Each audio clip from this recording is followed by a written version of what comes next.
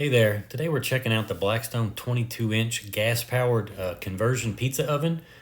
This mounts on top of a 22-inch two-burner model, which I had, so I thought this would be a good chance for me to check out the pizza oven. I've done a couple light tests on it so far, and we'll talk about what I've learned and what I think I might do differently. So let's get started.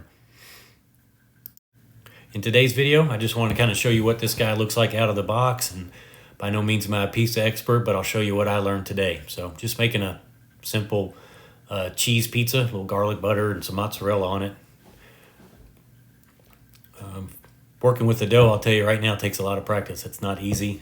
There's plenty of videos out there that can help. A guy named Vito Acapelli taught me a lot. You can see some cornmeal falling off my board there. I do not recommend doing that. If you get better working with the dough, which I hope to, I believe I can get away from that, because you can see that stuff just burns and kind of nasties up the inside of your pizza stone. So if you can learn to work with the dough a little better, and I'll plan to explore some of that with you. But as you get better with that, you won't have to rely on that cornmeal crust so bad. So give this guy a little bit of time before we turn it.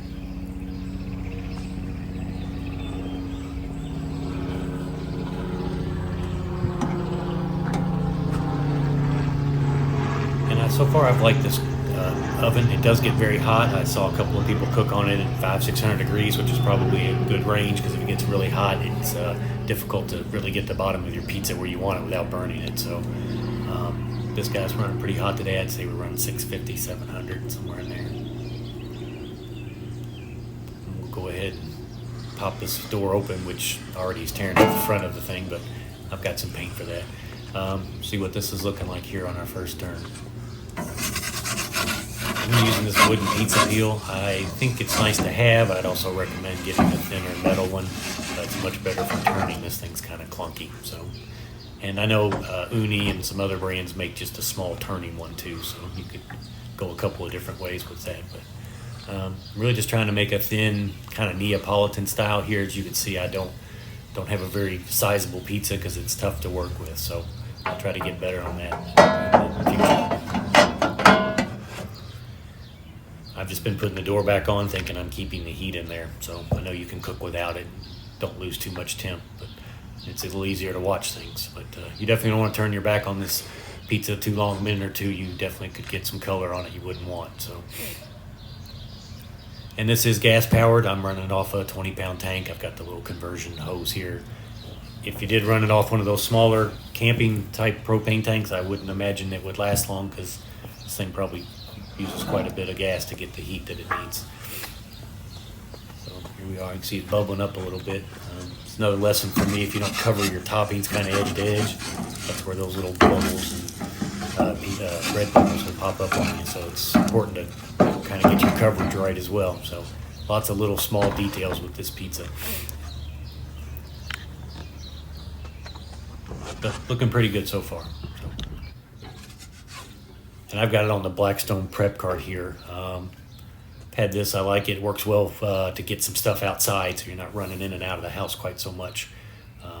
So I haven't had it. I pretty much got it just for this purpose. I had the 22-inch griddle and was just using it for smaller cooking and off my deck there, so it was real quick and easy out in my kitchen. So, but I think this would be a good way to use this 22-inch, and it's not like the top of this thing doesn't come off. I've seen some videos where people talk about it being kind of heavy. I just picked it up and put the griddle back on and went on my way. So when you're converting it, all you do, there's a small metal plate. You take the legs off it. You'll flip the griddle over after you take the griddle off it, and you'll just put some little taller legs on it with that heat shield that you can see there. So it gets a little bit taller with the new legs, but nothing major.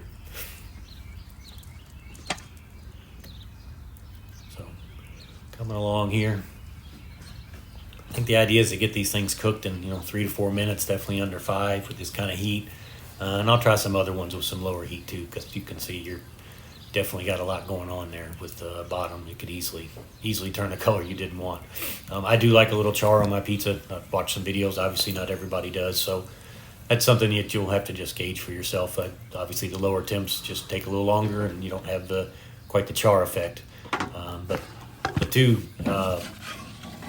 pizza stones in this thing do a pretty good job of keeping heat underneath it and on top of it too. So here's what the finished product looks like. Again, Would have liked to have the more coverage, toppings edge to edge, and definitely would have liked it to be a little larger, but I'm just going to get better working with dough. So into the house we go.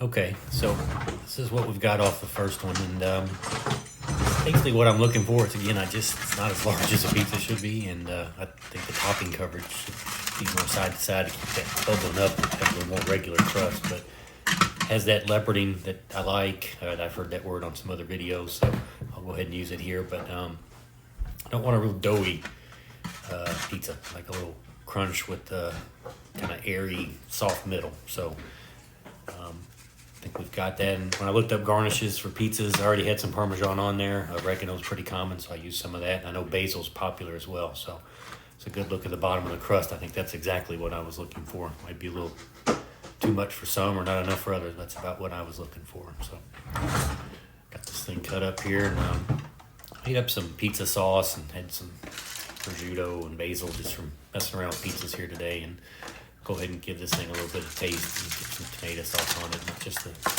garlic butter and cheese, and see what the whole thing tastes like. So the pizza sauce is really easy to make too. We'll probably post a video on that.